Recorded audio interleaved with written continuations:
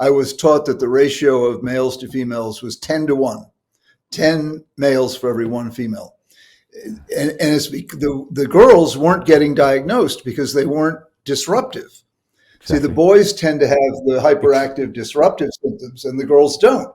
Exactly. So they just sit in the back room daydreaming, and people dismiss them as slow or not interested. But if you ask them, what is it like to be in the classroom? They'll say, oh, it's fine. I'm almost never there. Yeah. So you agree with me that what I've concluded is from all the, over and over and over, I find it again, it is probably similar, the same, but it's different in terms of how they... Yeah, it presents differently, but it's about 50-50. Hello, I'm John Brink, and we are podcasting on the Brink from downtown Prince George, British Columbia. And Prince George, British Columbia, for all those people watching us from around the world, it's a beautiful, beautiful province of British Columbia in Canada. And Prince George is, for all those that are knowing, the province of British Columbia is about 500 miles north of Vancouver. And that puts it in the center of British Columbia. Now, I have to mention to the people that are watching us that today, a wintry day, the temperature outside is minus 40 below, and supposed to go to minus 45, including the wind chill. So it's a bit nippy, not uncommon here, but it is. Today is an extremely special day for me and for our guests from around the world, because I have as a guest Dr. Hallowell, who is a medical doctor, a board-certified child and adult psychiatrist, and a world authority on ADHD, and graduate from Harvard College, and an amazing background, an author, a speaker, and an amazing individual. And as I introduce Dr. Hallowell, I have to do one more thing. He has written books about ADHD, and this one is Driven to Distraction. There are about 6 different books in that series, I believe, and then he has written about 20 other ones. And as I show this book to Dr. Hallowell, this is a book that is available on the marketplace. Now, I bought a book written by Dr. Hallowell in January 1997. And I bought that book here in Prince George, here in the city of Prince George, in January of 1997. That is 27 years ago, virtually to the day, nearly. The book, Driven to Distraction, changed my life. So when I saw the book, I opened the book and I looked at it, and it was about ADHD. I don't know why I picked up the book. I have no idea, but I picked it up. I opened it. It's about ADHD.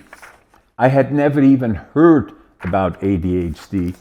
And I said, oh my God, that's me. And I wrote in that book in Dutch, and it said, in Dutch, how is it possible? Now I finally know who I am. January 1997. So the book was printed, I believe, the first written by yourself and together with another medical doctor, John Ratey, and was printed, I believe, in 1994. And and it is well worn. I've been going through it over and over and over again, and so I discovered that I was ADHD. By then I was 57 years old. It took me 5 years before I even went to my medical doctor, who was a personal friend of ours, of the family, had delivered our 2 daughters, was a personal friend. in 1962, I came into his office and he said, "Hey, John, why are you here?" And I said, "I think I got ADHD." So we looked at that, and yes, I do. And so that's a little bit of background. I wanted to give you that before I give you the opportunity to introduce yourself in person to our guests that are working from around the world, and are becoming part of our conversation here. So maybe share with us your background, very extensive, and you are ADHD, but not only ADHD, you're also have difficulty in reading. I also have dyslexia, but I first want to comment on. I was very moved. You got choked up talking about your reaction to that book, and a lot of people have that reaction because it's such a sudden, dramatic recognition. I mean, there's a phrase, the shock of recognition. It's like, holy bleep, I had my whole life and now suddenly I see it. And people do get very choked up it in a good way, but Yeah. it's as if, why has this been a secret my whole life? And Exactly. it's a good question because the medical model doesn't flesh it out the way it should be. No. The medical model, attention deficit disorder, it's just wrong. I mean, we don't have a deficit of attention, you and I. We have an abundance of attention. And our challenge is to superpower. Yeah, exactly. And that's what the medical model misses, because we MDs were so preoccupied with pathology. We ignore superpowers. We ignore special health. We ignore, and most entrepreneurs like you have this trait. I call it a trait, not a disorder. Exactly. And I see my job is unwrapping gifts, not treating disabilities. Exactly. Yeah. But it started with you and your book, January 1997, when I discovered it. And then if I take it back a bit, Ned, is that I was born in Holland on November the 1st, 1940. And so I just turned 83 a couple of weeks ago. And that was during the war years. And they were tough. They were difficult in the area of northeastern Holland, where my dad had been drafted into the Dutch army in April of 1940, and my mom they had one daughter and one son, and I came along. She was pregnant with me in November, and and the last time they saw my dad was in Rotterdam, just before the bombing, and they didn't know if he was dead or alive, and so it was. We didn't know until 5 years later that he did survive, but it was very difficult for my mom. And then the war years were difficult, and I still remember from the time that I was 3.5, 4 years old, that we had hundreds of bombers in the air, bombing Germany at the time, and especially in the northeastern part or western part of West Germany, where there were factories that produced things for the war. And we used to go out as kids with my mom to the flat roof on the side of the house, because not that was so interesting to see. The sound was unbelievable. I still can hear the sound, but she wanted to go out there because she was afraid to be inside. She was safer to be outside. And in the distance we could see the cities burning, and just across the border, Bremen, Hamburg, Kiel, those kind of places. And then the other part was that you could see the fires from yes. your roof. Wow. And I mean, the sky would be red in the distance, so, and there probably were hundreds, 200, 300 planes, bombers in the air, daytime, nighttime bombing. Jesus. So this is what the Germans were trying to do to wipe everyone out, right? So that was so what had happened then is that they came in, is that the Allied forces, when they landed in Normandy in the mid 43, they started to push upward, and at the same time, the Allied forces started to bomb Germany and to put them into defeat and capitulation, and obviously that worked, but it was dramatic. At the same time, what the Germans had done, cut off the food supply to the regions that we lived in. And so the winter of 1944-45 were extremely cold, and there was a lot of hunger, and a lot of kids died, a lot of older people that were vulnerable died during that winter. And I still remember that then, already being 5 years old, that we would go, my brother, my sister, and together with me, we would go into with gunny sacks into the railroad yards and picked up anything edible and burnable. And the reason that we did is because they wouldn't shoot us. They would boot us one maybe, but we would come back the following day. And then we were liberated April the 12th, 1945 by the Canadian Army. But boy, you're 5 years old. You're scavenging in the underground for bits and pieces. That 5 years old. That's amazing. I mean, and meanwhile, your dad was lost out there somewhere in the.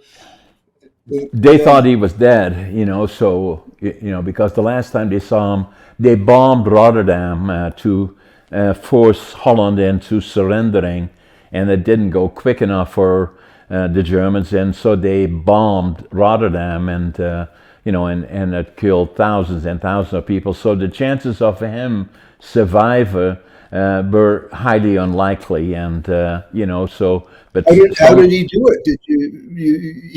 How did he survive? What did he do? He went underground and started working on the underground resistance.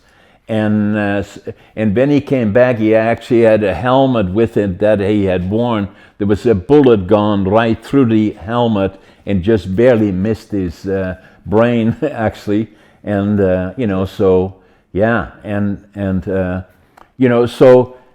then the liberation, because we were sitting in northeastern part of Holland.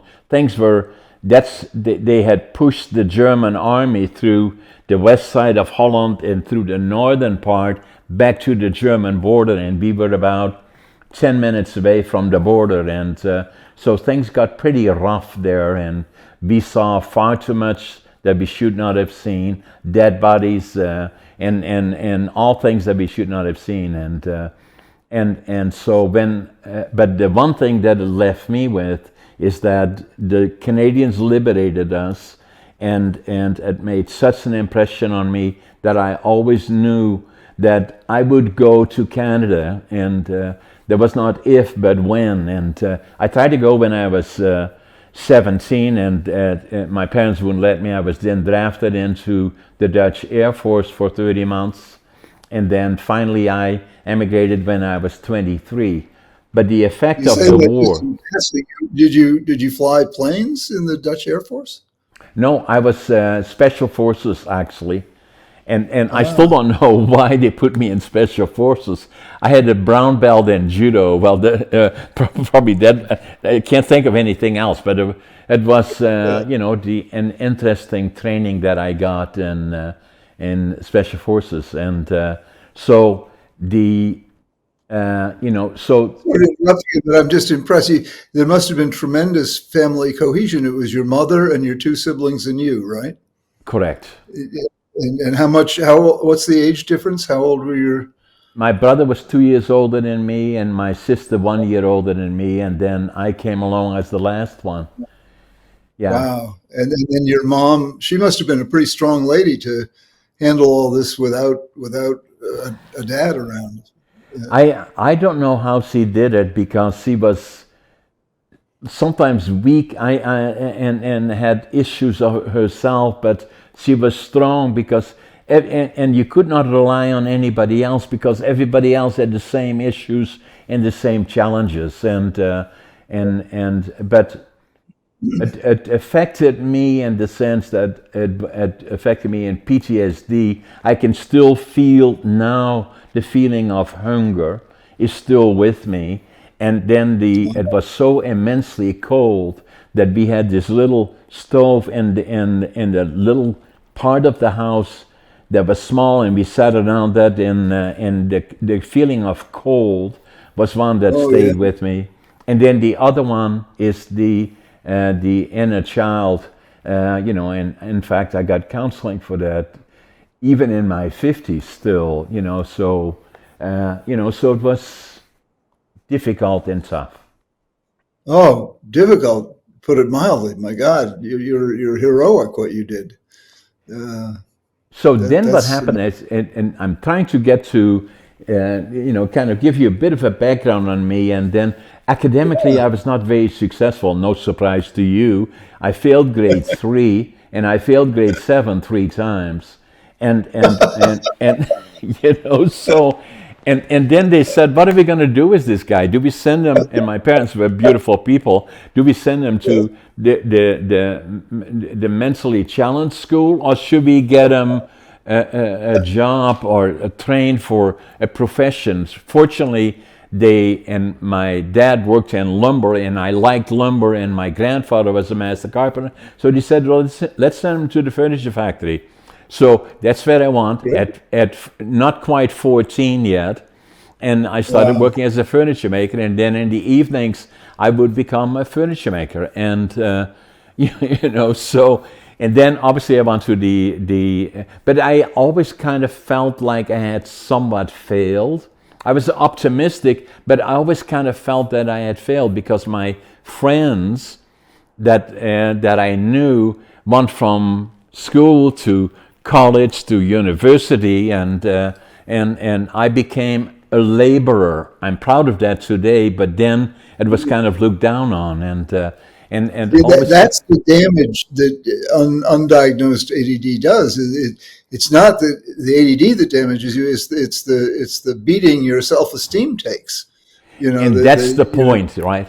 And that's why I believe the story is such an important one, because you can relate to it. So then the dream was to go for me to Canada, and then the other dream was I knew that I was just as smart as everybody else was inside, and or smarter. I wanted to prove it to me, not to anybody else, to me. So I left Holland. I already was quite successful in working for one of the largest importers of lumber there, but how it works in Holland is that at some point you're going to get married, you get a house, and you get a good job, and the first thing they say, okay, where are your diplomas? Well, I had no diplomas, so I kind of felt I had to prove to myself that I could do it. So I left in July of 1965. I was 23 years old then. I left with one suitcase, 2 sets of clothes, couldn't speak the language, didn't know a soul, didn't have a job, for Canada, for British Columbia, because that's where all the timber is. And with the dream, I wanted to build my own lumber mill. And So why did you went clear across Canada? That's a long way. correct. So how did you get there from Holland to British Columbia? So I flew into Montreal, took the train 4 days, 5 nights from Montreal to Vancouver. And my God, the trains go slow actually compared to Holland. But and then I went to the immigration office in Vancouver, and fortunately there was a German fella, and I could speak some German. I told him what I wanted to do. I wanted to build my own lumber mill. He said, Prince George. That's where I am today. This was now 60 years ago. He said, go to Prince George. That's where the opportunities are. So on the Greyhound bus, it took me 13 hours to get to Prince George, about 2-3 blocks away from where I'm sitting today.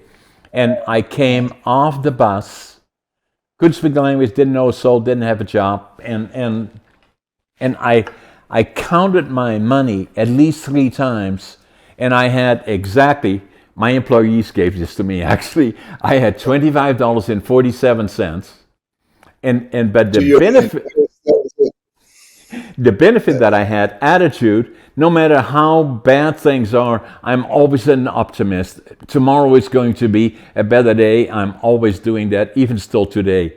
I had passion. Whatever I do, I give it 150%. And then work ethic, I work harder than anybody. And so that's, I started then becoming a cleanup man, lumber pilot, blah, blah, blah. And then How old were you then? How I old was were you when you landed? 23. 23. You landed Yes. BC and $25 to your name. Correct. And then couldn't speak the language, didn't know soul, didn't have a job. How did you get a job? Did you just walk onto the lumber yard and say, "I'll do anything"? I'm glad that you asked me that. I went to the immigration office here, and the fellow there, again, fortunately me, was in the summer. He had a Dutch background somehow, could speak some Dutch, tried to find me a job. He found me a job as a lumber piler, where they piled the lumber, but it was somewhat south, about 75 miles south from here. And so I took my suitcase, walked all the way to the highway. I thought there was the buses, but I had to hitchhike. And I was dressed like I'm dressed in Holland: gray pants, black jacket, under a white shirt with a tie. And they must have thought this guy is crazy. And so that's how I went to the immigration, to the Greyhound station, because we stopped there. The fellow that gave me a ride, he must have thought, who is this guy? And so they let me off at the Greyhound station. I called the personnel manager that promised me a job on the green chain. Ernie McKettrick was his name. It took me 30 years to go see him again, to thank him for helping me. Amazing. So, and I went in on the green... He was still there 30 years later? Yeah, this is quite a number of years ago. That I'm not sure if he's still alive now or not, but it took me 30 years to thank him for helping me. And so I went on the green chain, and my gray pants, my black jacket, my white shirt, and there was a plywood plant and a little sawmill. There must have been 200 people working there, and every single one came to see this crazy guy that's piling lumber in his shirt, and people are not very nice. They would try to bury me in the lumber, but they didn't know I had different plans. I was going to own my own lumber mill, not if, but when, and so I survived that, and then within a year and a half, what do you mean they try to bury you? They put lumber on top of you? No, what they were trying to do is, if you pile lumber off the green chain, then people pick it up as it passes by them, and so they decided this crazy guy was in his suit, and they let more lumber go than they normally would. And but I was very determined, so that didn't bother me. I was strong, and I was able to do that, and I had different plans. And so within a year and a quarter, I was a superintendent of one of the largest sawmills in this area here. And then within 2 years, I had part ownership in a little sawmill way up north in the Yukon, actually. And then within 10 years, I started my own company, the Brink group of companies, the Brink Forest Products, the lumber company. And now 50 years later, we have, and I'm not here to brag about the companies that I have at all, but we have about 10 different companies and we're quite successful. That's not bragging. You're telling people what can happen if you believe in yourself and have a dream. I mean, that's absolutely. That's not bragging. That's reporting. So a couple of things happened to me, Ned, which probably you can relate to because it's your specialty, is that I was a very good writer, even when I was in school, and I was good at numbers.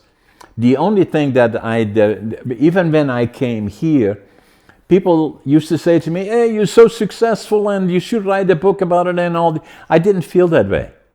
I still felt that I had failed. And the other problem that was a challenge for me is that I was not very good interacting with people, more than maybe 2 or 3 in the area where I worked, my own mill. And then what happened is that my ex-sister-in-law she dragged me to an organization called Toastmasters. And I said, what is that all about? She said, well, yeah, just come with me. And they, basically what they do is learn to speak and those kind of things. But you don't, I said, is anybody going to ask me any questions? She said, nobody's going to ask you any questions. So I was halfway through that first meeting. And then somebody said, hey, John, tell us a little bit. I said, okay, I'll never go back here. But I did. I stayed with them for 10 years. And I got to the highest level in Toastmasters, which is a distinguished Toastmaster. And for our guests watching around the world, they're saying, well, what's Toastmasters all about? Well, Toastmasters is mainly based in North America, but also in Europe. There's our clubs, even in our town here. In our town, it's about 75, 80,000 people. We probably have 4 or 5 Toastmaster clubs. And Toastmasters is about, and then if I look at all the ones that are associated with clubs in North America and Europe, probably 450,000 people, and probably 10 million people at some point were exposed to it and it benefited them. Not everybody stays and goes all the way to a distinguished Toastmaster. I did, and and probably less than 1% go to that level, and it changed my life in the sense of that. It now gave me the confidence that I required, but still I was struggling with the idea of being so successful in all the other things, and then so that was probably I was part of Toastmasters from 1990 to 2000. And you would just so listeners know you would go regularly, and then yes. What you do, don't you? You have dinner and you give it. People take turns talking to the group, right? So basically, what it is, Nat, is that most Toastmaster clubs have memberships of between 15 and 20 members. And what you do is a very structured program for those people that are interested in finding more. Google it, Toastmasters, and it allows you to become better communicators. But the other part, even more importantly, you become a better listener. And then the other challenge of Toastmasters is thinking on your feet. You're saying, here's the project, speak about it. And then the other one, very structured, it gives you objectives of writing speeches about certain topic, very structured, very, very good organization. It had a major effect on my life, and that was from 1990 to 2000. Then in the other part that was a major part of changing my life, the one was going to Canada. The other one is then obviously Toastmasters. The other one was January 1997 when I walked into the store here and I saw this book and I have no idea as to why. I picked it up and I started looking at it and it said ADHD, and I said, oh my God, that's me. And, and as I said earlier, I wrote in the inside of the book, now I finally know who I am. So another part that made a major change in my life. And then even now, still today, the more I got to know about ADHD, or ADD, is that the more I looked at it, the more I understood it, the more I know it's a superpower. And it's not a liability, it's the opposite. And then the other part about it, that I felt I had an obligation to talk about it and include it in my presentations. I do that now, but that was not far enough either for me, is that the other part is that, and I like your view on it, it was believed that in documentation that I read about it, that probably 8% of the population are affected by ADHD. I believe it's more than 20%. in my view. Yeah, I And agree. I agree with you. It's just because the diagnostic criteria are so stringent, it leaves out folks like you and me, so yeah, I think it's closer to 25%.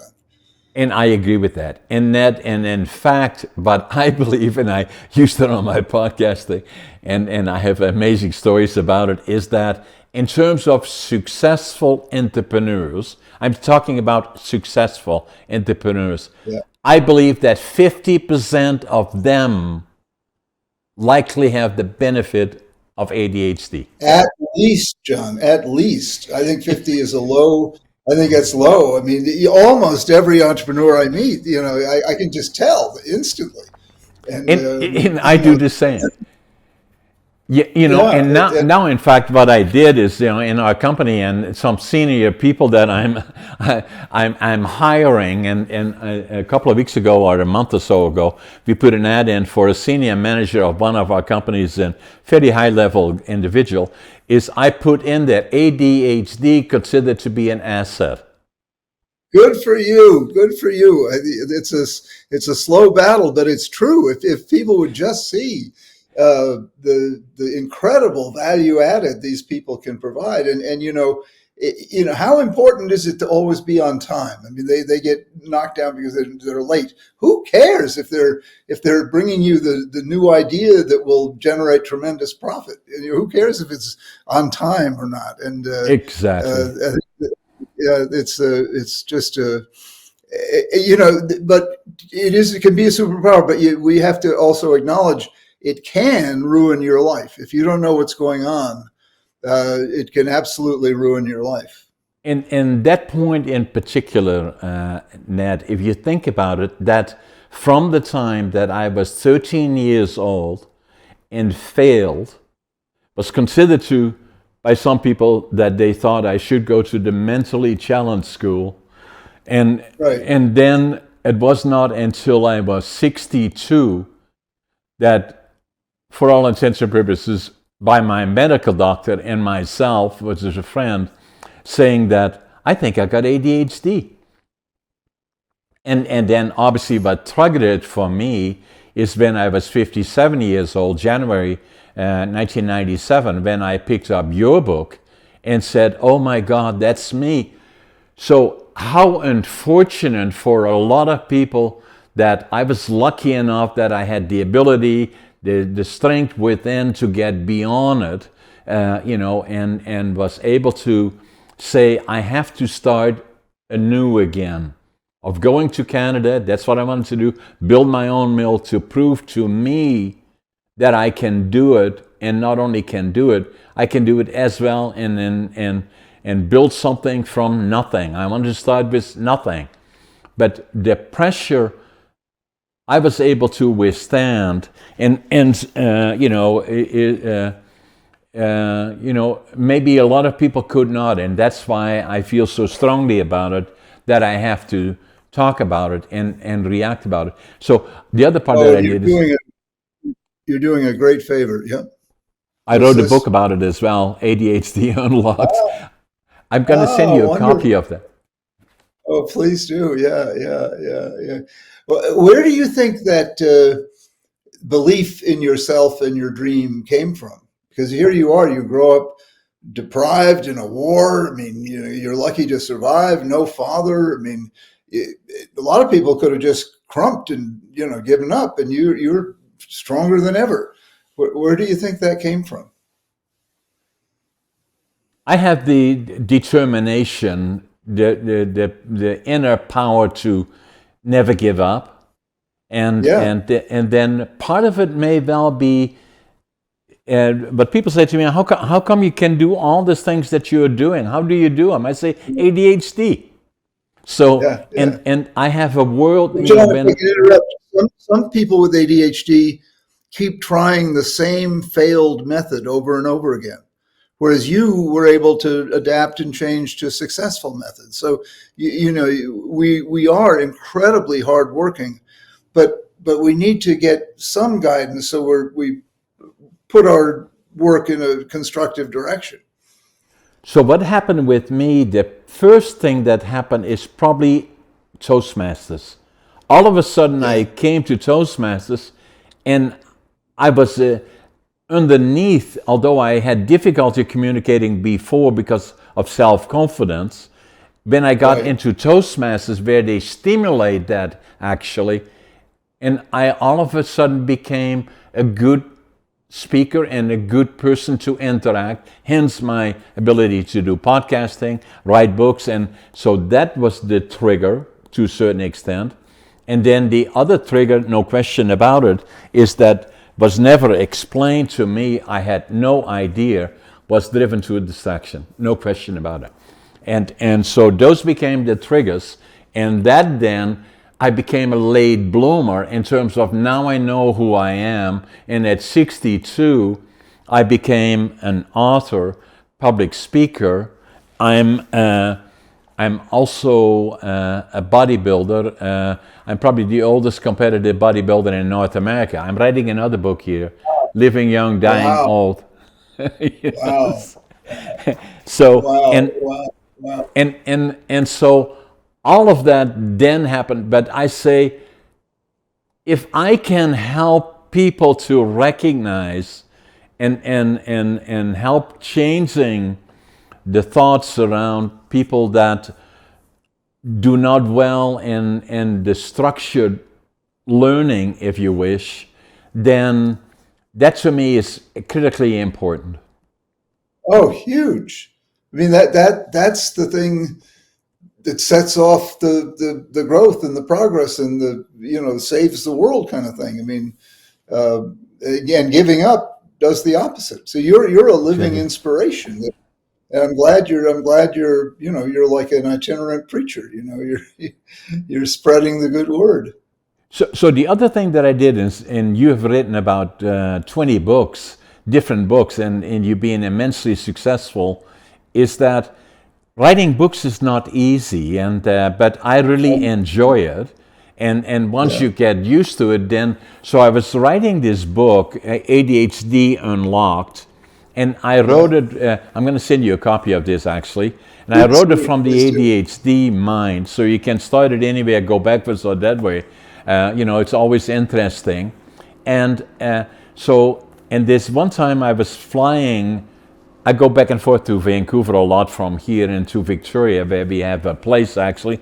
And I was sitting on the plane, and this fellow next to me said to me, "I don't know if you remember me." I said, kind of. And he said, "Well, I'm Tom Romer, and I'm the VP of Academics of the BC Institute of Technology." And I said, "I remember." He said, "You were writing a book, and the book that I was writing is this one, Against All Odds, not about all the ups and downs." I'm going to send you a copy of this too, actually. And Please do. So I said to him, "I'm writing another book as well." I said, "The other one is finished. I'm writing this one, ADHD Unlocked." And I said, "The book is nearly finished, and I think there is something missing in the book. We go through it, where are the issues, where are the problems, what can we do about it, and all the, but where do we go from here? How do we change things that people become more knowledgeable about what they have or what people have in their surroundings, and how do we get the learning institutions, all the boring stuff that is happening, and if you have a 4-year course, and then the core part of it, it only would take you 6 months to learn. The rest is boring to a lot of people, and especially the ones that have ADHD." He said, "It's interesting that you say that." He said, "Be working at the BC Technology Institute at a whole new approach to learning, and it's called developing what they called micro-credentials." And I thought, interesting. And so, but then the plane stopped, and and I never got to it. The more I thought about it, what he had been saying is that the following week, again, by pure coincidence, he was on the plane, and he was sitting in 1F, and I was sitting in 6D or something, and I saw him, and I said, "Tom, wait at the gate because I need to talk to you. And all the people said, what's the matter? So, and so I said to him, I need you to give me more ideas around micro certification. And I want you to write a little piece about it in my book, because we have this shortage of trades, and it takes 4 years to learn something, where the actual core of trades that you should be focusing on would only take 6 or 8 months. So focus on that, and then add the other things later, and and so that would be a different approach to it. Yes, that's wonderful that you're doing that. That's fantastic. Yeah. It's there's so much. This is unplowed ground. I mean, there's just tremendous power to be released when we get all these people to, instead of thinking they're deformed, defective, and disordered, when we get them, saying, wait a minute, I'm actually pretty good at some things, and then we give them their head, and next thing you know, they're starting 10 companies like you. Exactly. You see, the other thing that I've been saying all along is that your books, and I refer to your books a lot, and mine, is saying that this book that I wrote, and I'm sure the same applies to yours, all the different ones that you do on the distraction series, but also some of the other ones, is that this is not only about ADHD or people that are affected by or have benefited from ADHD. It's also important that, what I'm saying in a general sense, that if you're in the public, or no matter where you are, you cannot avoid it. You either have it in your family, in the friends that are around you, or in the workplace where you are. You will encounter people with ADHD. And they tend to be a little different. To understand them is read about what it is and get to understand it.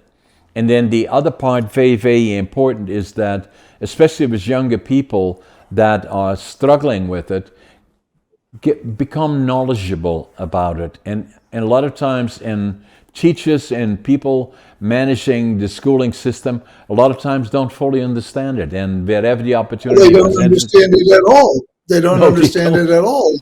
I know. Yeah, and so they humiliate these kids because they think they're doing it on purpose. I mean, the man who wrote the Captain Underpants series, which is sold at like 100 million copies, when he was in grade school in Midwest, it was a Lutheran school, he would get beat every day. They would hit him with a board because he spoke out, and they did that right up through high school. And he couldn't stop himself, but he was drawing little pictures and making funny remarks, and he got beaten for doing that. Well, now he's changed the world in a wonderful way, doing the same thing. He's making funny remarks and drawing pictures, and making a lot of money doing it. A lot of money. I mean, very much, and he doesn't have any children. We've become friends. I said, you don't have any kids? He said, no, I've got tens of millions of kids around the world. Yeah. So as you go forward, Ned, like, if you look back at all the time, you have this amazing educational background, becoming a medical doctor, and then how did you really, when you first started this idea and started then, and this became one of your first books that you did in 1993 or 1994, how did you get to the point that you recognized the scope of this and that it is so widespread? Well, what I did, and what I encourage people to do, is I practiced what I call constructive irreverence. In other words, I didn't necessarily believe the textbooks. If what I thought was different from what they were saying, I said, well, let me go to the field. Let me go to the people. The textbook doesn't have a corner on truth. And I knew that how many times in medicine we've been dead wrong. I mean, there was a time when people performed surgery without washing their hands. They didn't know anything about germs, and that There was a time when we treated mental illness by putting people in a chair that spun around so fast that blood came out of their ears. I mean, we've been very wrong. So what I did, because I knew I had this condition when it was introduced to me, I just started seeing as many people as I could. I was sort of a natural history person, and it was those people taught me and my buddy John Ratey about this condition, that it's not just a disorder, that there's this tremendous motherlode of talent, of energy, of innovation, of game-changing imagination, that it was going untalked about. And see, when you don't talk about it, you can bury it, because these kids are not doing what they're supposed to do, and they get punished and humiliated and blah blah blah, and their gifts get buried, and they just develop this massive sense of being no good. And that's a terrible outcome. So I just said, I'm going to tell people what I see, and what I see is what Yeah, and the effect, like on me, is that it had a dramatic effect. It's a key period in my life, and the luck that I had likely is being exposed to, the war years were difficult, but still laid a base for me that benefited me in the sense of having that experience. The other one is creating, not only going to a new country like Canada, but then having a goal of building a lumber mill and starting with nothing. I made it immensely difficult, as difficult as I could make it, as a form of not punishment in a way, but testing me if I could, and I know I would, and give it all that I got. But it would be extremely unfortunate if people had to go through that, and a lot of them would not be able to. And so the way I look at it, as you already indicated, is the earlier we can train the people to recognize it, from the medical doctors or specialists in the areas, and you've done that. The other group is teachers. We got to train teachers too, because they often, all they have to say to these kids is try harder. Yeah, they sort of, there's one diagnosis, stupid, and there's one treatment, try harder. Exactly. That sums up the history of this condition, and we're changing that thanks to people like you. But these kids that got dismissed as stupid end up to be genius. Yeah, and so a couple of weeks ago, and I do a lot of that in the community, and wherever the opportunity presents itself. So I did a presentation to about 60 kids in high school, and I had one of my books here, Finding Your Passion, Living the Dream. But I also spoke about ADHD wherever that opportunity presents itself, and I had 3 or 4 of the kids coming to me later and say, "I got ADHD," and to making sure is saying that that do not look at it like a liability. It isn't. Make it work for you. No, by the time I die, my goal is to have people wish they had ADHD. And I use that actually in my presentations, that on some of my podcasts, actually, even that I make several presentations in bigger groups, and by the time I'm done with them, because I'm a good speaker, good presenter, do it with passion, I have an amazing memory, and I have a lot of assets that help me being a good presenter. After I'm done with the group, then there's a lot of people sitting there say, "Damn, I wish I had it too." There you go. That's victory. Bravo. That's progress. You do it one person at a time, and I think we're seeing now a real trend toward people accepting it and embracing it. And one thing we got to do is we got to rename it. Because the name is terrible. It's completely inaccurate. It's a deficit. And you and I, we don't see it as a disorder. We see it as a trait. Can it be Exactly. a disorder? Yeah, if you don't handle it right, but can also be a superpower. So the name I proposed in ADHD 2.0 is VAST, because the condition is vast, Yeah. and variable attention stimulus trait. Yeah. See, so the two key variables are attention and stimulus. Variable is the hallmark of and then trait. And if we Yeah. called it vast, that sounds, oh, that's pretty cool. I want to be vast, Yeah. as opposed to attention deficit hyperactivity. That just from the very name, Yeah. it puts people feeling bad about themselves. I very quickly, if I refer to ADD or ADHD, I say it's a superpower. That's what it is to me. Good, There's no question in my mind about that. And that gets good. attention too, is saying, is it? It is. And then the other part, and I'm glad you agreed with me, because I say, first and foremost, it's not 8% of the population, in my opinion. It's more like 20%. From here on in, I will say it's more than 25%. And then the other part is that successful entrepreneurs, likely 50% or more, maybe as high as More. 70%, are ADHD. No question about that. I'm going to use But you 75%. I mean, it's just so much more the rule than the exception. David Neilman, who's become a friend, he started JetBlue Airlines. And he gives you an example of the creativity.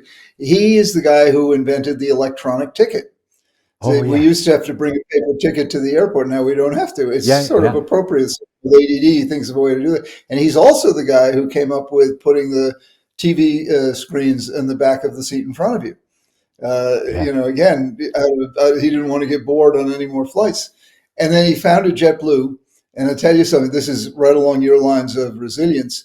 Herb Kelleher, who since passed away, fired him mainly because the other executives there conspired, which is what people with no talent do when they find someone talented. They conspired to get him to get him fired, and Kelleher fired him. And David said, "That's okay. I'll just start my own airline." So he goes off and starts JetBlue. Oh and, my God, I love it. My dad always used to say to me, first class man always will hire first class man. Second class man will never hire first class. And if you're ADHD, you tend to be different. And a lot of people will feel threatened by that. And then your oh, capacity to do things is excessively higher than most people around you in a lot of cases. And that becomes exactly. sometimes somewhat intimidating. Oh, totally, totally. I mean, instead, if you're more secure within yourself, you say, "Great, show me, teach me, enlighten me, brighten my world." And Exactly. that's what the good CEO does. Say, "Bring in all the talent you got and let us grow Exactly. big." Exactly. And S- um, So the other thing that, so how do you see this all going forward? Are we making headway in terms of oh creating more yes, oh awareness? absolutely. It took a while to build up a head of steam. When I first learned about this condition in 1981, I was a fellow in child psychiatry. I'd never heard of it. And it was pretty bad. The stigma was pretty bad. People, doctors, I've had patients saying to me, when my doctor told me my son had this, it was like he was telling me he had leukemia. I mean, it was Yeah. presented as this really Yeah. bad thing. This is a real problem. Yeah, and now we've just made progress, and so now we're people are talking like you and me that, wow, look at the whoever invented the wheel had this, and Yeah. in this day and age, the polymerase chain reaction, the PCR, which is what we use to diagnosed COVID, the guy who invented that had ADD, and he won the Nobel Prize in chemistry for that. So you can go down the list, but so more and more and more people are realizing it's not just these famous people; it's me, and Yeah. that's why I had Exactly. trouble in school, and talent got buried. And I'm not going to let that happen to my kid. I'm not going to let his talent get buried. I'm not No. going, and so more and more people are seeing it in themselves and not Yes. feeling ashamed of that. Yeah. And that's the you know And and people like feeling you coming out. Yeah. and feeling having an obligation, because I don't want to have people go through, although it served me well, the difficulty and the challenges and the lack of, feeling, having that feeling of not being a failure. It served me well, but for a lot of other people, maybe would not have been able to get out of it. And if it were not for Toastmasters that unlocked me, and then your book in January 1997 that opened the world and saying, now I understand. Yeah, and and then we just keep doing that, and there'll be it'll get exploding, which I think it's about ready to do. And the same thing with dyslexia, by the way. Yeah, and I believe I have a touch of that as well, Nat. Oh Yeah. Are you a slow reader? I am, and actually, me too. Yeah. So what I did is Andrew is sitting here, our technician, and has been, part of what I do. Is all my books I audio do it as well, and he was saying this morning, actually before we got you on, he said, yeah, when I mentioned dyslexia, and he said, I always thought of it because when he was doing all the recording of it, my audios, and he said, I read much faster than you do. I said, well, the reason probably is I've not talked about it, not for any particular reason. I never thought about it until I saw it with you, is saying, yeah, because I'm a slow reader, I have dyslexia. So that's the hallmark sign. But see, again, there's so many contradictions. I majored in English at Harvard College with dyslexia, being a very slow reader. I am such a slow reader. My wife says, I don't know how you know anything. It takes me so long to I love it, so yeah, but it's an amazing accomplishment that you have, the credentials that you have, but the point is simply, once you find somebody that you like, you focus on it, and I do the same. I'm very good at, once I focus on something, I'm very good at it. That's where deficit is a misnomer. We have laser beam attention when we're interested. Exactly. And then the other one is, I say I can sit in school, and if somebody asks me, what did they talk about, I say, I have no idea, because I live in a different world. I have absolutely no interest. Now, the other question that I was going to ask you is that I believe that, correct me if I'm wrong, that between male and females, there is no difference in terms of the occurrence of ADHD, in my opinion. I found in numbers, when I learned about this in 1981, I was taught that the ratio of males to females was 10 to 1, 10 males for every one female. And it's the girls weren't getting diagnosed because they weren't disruptive. Exactly. See, the boys tend to have the hyperactive disruptive symptoms and the girls don't. Exactly. So they just sit in the back room daydreaming, and people dismiss them as slow or not interested. But if you ask them, what is it like to be in the classroom? They'll say, oh, it's fine. I'm almost never there. Yeah. So you agree with me that what I've concluded is, from all the over and over and over, if I find it again, it is probably similar, the same, but it's different in terms of how they... Yeah, it presents differently, but it's about 50-50. Yeah. But the biggest undiagnosed group are adult women. If they go for help, invariably they'll be diagnosed with depression and put on an SSRI. Yeah. And that's not what they need, So yeah. Interesting. Adult women, it's because the doctors just don't know about ADD in adults. And plus, the women don't present with disruptive behavior or with addiction or with violence or, the things that make it impossible to ignore. Yeah. Ned, this was an amazing podcast. I want to stay in touch with you. It was a very important one for me because I said, oh my God, I have to show him my book. Here it is, So, and, I love it when like that. You've Yeah. got good use out of that thing. Well, you've been a That's big wonderful. part of my life, and you will continue to be a big part of my life. Well, thank you so much. It's been a real pleasure and an honor to meet you. You've done so much good in this world. And the same to you, Ned. I really appreciate it, and it was a privilege. Let's make sure we stay in touch. Absolutely. Let's do it. Thank you. Okay. Thank you.